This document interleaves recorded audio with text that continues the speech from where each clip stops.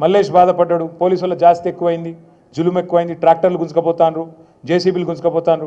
నేను మీ అందరికి చిన్న ఉపాయం చెప్తే అది ఫాలో కానీ అంతే. రేపు ఎన్ని మండలాలు ఉన్నాయి నీకు? 7 మండలాలు ఉన్నాయి, ఒక మున్సిపాలిటీ ఉంది మీకు. 7 మండలాలు ఉంటాయి, 7 జెడ్పీటీసీలు ఉంటాయి, 7 ఎంపీపీలు ఉంటాయి. మీరు ఒక పని చేయండి. 7 మండలాల్లో మీరందరూ ఎక్కడోళ్ళు అక్కడ గట్టిగా పనిచేసి 7 జెడ్పీటీసీలు గెలిపిండ్రి, 7 ఎంపీపీలు గెలిపిండ్రి. తెల్లారి నుంచి మహేష్ అన్న చుట్టూ తిరుగుతారు అధికారులు. అన్న మీ గవర్నమెంటే వస్తుంది, దండం పెడతారు, రేపు మళ్ళీ పోస్టింగ్ ఇవ్వాలి, నాకు ఎట్లనే చేసి మళ్ళీ సబితక్క దగ్గర తీసుకపో, కేసీఆర్ సార్ దగ్గర తీసుకపో, నాకు మంచి పోస్టింగ్ ఇప్పి ఈ 2-3 ఏళ్ళు నేనే ఉంటా మీకు మొత్తం మీ కార్యకర్తలను కంటికి రెపలా కాపాడుకుంటా అని మీ చుట్టూ తిరగకపోతే రాజకీయం మొత్తం మీరు వచ్చి నన్ను పట్టుకోండి. మీరు చేయాల్సిందేంది? క్యా కర్నా ఆప్ లోగోं को? గట్టిగా గుద్ది గెలవాలి, గెలిపియాలి కాదు, గుద్ది గెలవాలి. ఈ ఎలక్షన్ మీ ఎలక్షన్. మొన్న మహేష్ అన్న కోసం మీరు కష్టపడ్డారు, ఇలా మహేష్ అన్న మీకోసం కాలికి బల్పం కట్టుకొని 7 మండలాలు తిరుగుతాడు. మహేష్ అన్నతో పాటు సబితక్కతో పాటు మేమందరం కూడా మీకు అండగా నిలబడతాం. మీకు పార్టీ వైపు నుంచి పూర్తి సహాయ సహకారాలు మేము అందిస్తాం. ఇక్కడ 5 ఏళ్ళకు ఒకసారి మీకు వచ్చే మోక గిది. ఇలా వాడు కాంగ్రెస్ వాడు మోసం చేయొచ్చు రిజర్వేషన్లు అని చెప్పి, ఇంకొక రకంగా చేయొచ్చు. నేను మీకు మాటిస్తా ఉన్నా, పరిగిలో తప్పకుండా సామాజిక న్యాయం చేస్తూ ఎక్కడికక్కడ బలహీన వర్గాలకు పెద్దపీట వేస్తూ మీకు వాళ్ళు చెప్పే 42% కంటే ఎక్కువ ఇచ్చుకునే బాధ్యత పరిగిలో కానీ ఇంకితర నియోజకవర్గాల్లో కానీ స్థానికంగా మనది అని చెప్పి కూడా నేను విజ్ఞప్తి చేస్తూ ఉన్నా. మీరు చేసేది ఒక పని, మీరు దయచేసి నేల విడిచి సాము చేయకండి.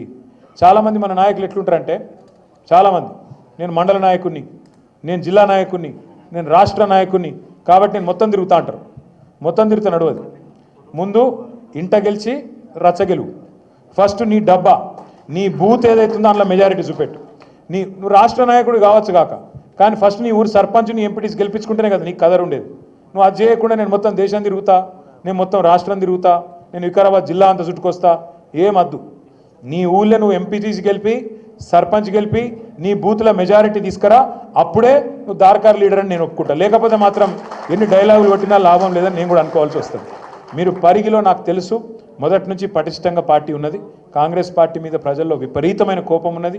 మీరు గట్టిగా అనుకుంటే, మీరు గట్టిగా తలుచుకుంటే ముమ్మాటికి రైతులు, మహిళలు, యువకులు, మైనారిటీలు, మన లంబాడా సోదరులు, దళితులు ప్రతి ఒక్కరు కూడా మనకు ఓటు వేయడానికి సుముఖంగా ఉన్నారు. మీరు పోయి అడగాలి, కూర్చోవాలి. ఆయనకి మన వాళ్ళు ఎట్లా చేస్తారు, ఎలక్షన్ రాగానే పాంప్లెట్ పట్టుకొని ఇట్లా వారేసి అట్లా పోతారు.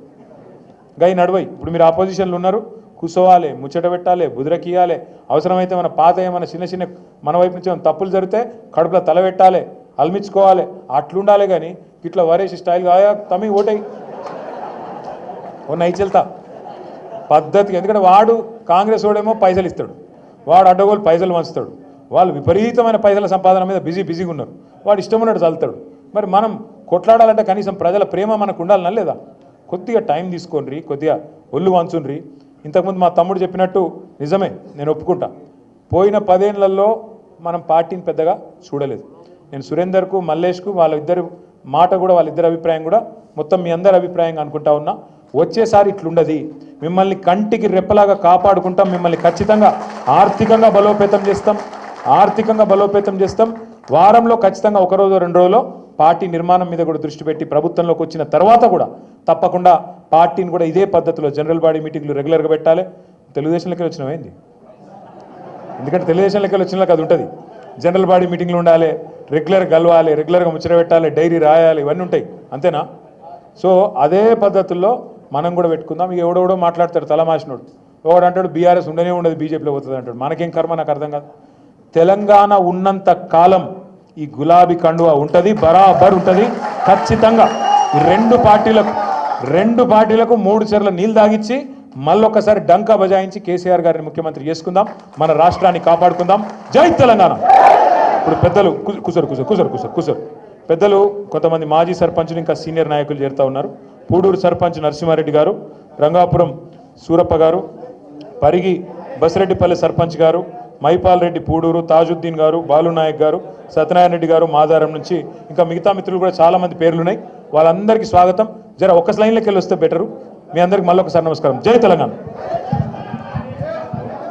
మొదలు పూడూరు మండలంలో వస్తారు. పూడూరు గ్రామానికి అయినాక పరిగణలను పిలుచుకుందాం. దయచేసి అందరు కూర్చోండి మీరు, దయచేసి ప్లీజ్. మల్లేష్